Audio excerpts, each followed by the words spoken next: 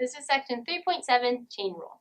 And chain rule is kind of the ultimate derivative rule. It tells us how to take the derivative when we have a function within a function, which actually happens a lot. So we'll be using this rule for the rest of the semester. So it's really important that you get a really good handle of it early on. Okay, so let's go through this example problem. It's number 57 in your book. It gives us this function, ask for the derivative.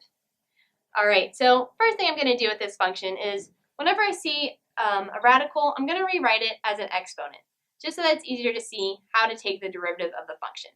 So remember, the square root can be rewritten as the 1/2 power. All right, so I've rewritten my function. Next, for chain rule problems, I'm going to first identify what my outside function is and what my inside function is. Because remember, chain rule tells us that to start with the outermost function, take the derivative of that, and then multiply it by the innermost function. All right, so I'm going to identify my outside function. To identify my outside function, I imagine that I'm zooming out of this function. What's the first thing I see? First thing I see is something raised to the 1/2 power. So my outside function is something raised to the 1/2 power. To take the derivative of this, I'm just going to use my power rule. Bring the exponent to the front and then subtract 1. Okay, so I have my outside function. Now I'm going to look for my inside function. So if I were to zoom into this function, the next thing I see is this inside part, the something that's raised to the exponent. So my inside is just the z plus 1 over z minus 1. And to take the derivative of this inside part, I'll need to use my quotient rule.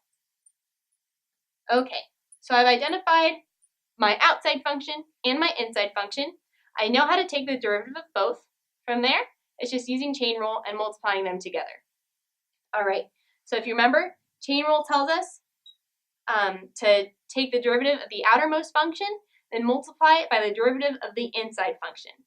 So my outside function, to take the derivative of something raised to the 1/2 power, I use my power rule, bring the exponent to the front, keep the inside the same, and then subtract 1 from the exponent. And then I'm going to multiply that by the derivative of this inside part. And remember, we said that to take the derivative of the inside, we're going to use quotient rule.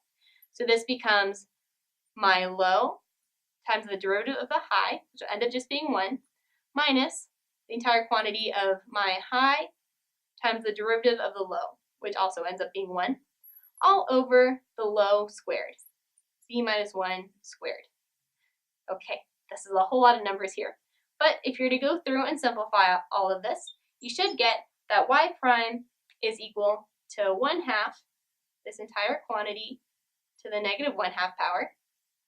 And when you simplify this part, it becomes minus 2 over z minus 1 squared. And that's your final answer.